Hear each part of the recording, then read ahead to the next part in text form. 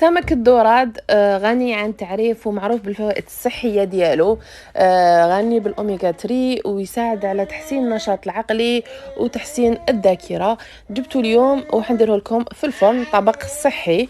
غسلته مليح وقطعته له هذوك الزعانف تاعو بالمقص، نقيته مليح وشللته بيان ورحت باش نوجد له التتبيله ديالو. خديت 5 حبات ثوم يكونوا شويه كبار ونص ربطه معدنوس، انا رحيتهم تقدروا تقطعوهم بالموس عادي، شويه زيت ونروح للتوابل، الملح شويه، فلفل الكحل، فلفل عكري والكمون والزعتر وعصرات تاع نص حبه قارص تكون كبيره هكايا. بالموس نشلحوا هذوك الحوت ديالنا، نشلحوه هكذايا باش تدخلوا تتبيله مليح. وفي هذوك البلايص نديروا ثاني شرائح تاع الليمون، شرائح القارص هكايا فيه.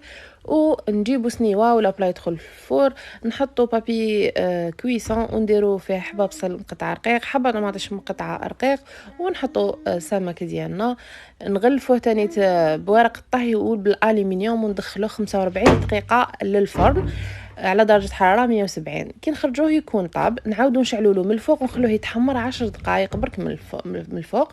شوفوا شحال طاب الزبده وبزاف بني، هذيك التتبيله تعطي له بنه بزاف.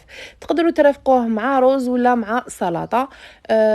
هذه هي، ان شاء الله يكون عجبكم الطبق، قولوا لي في التعليقات.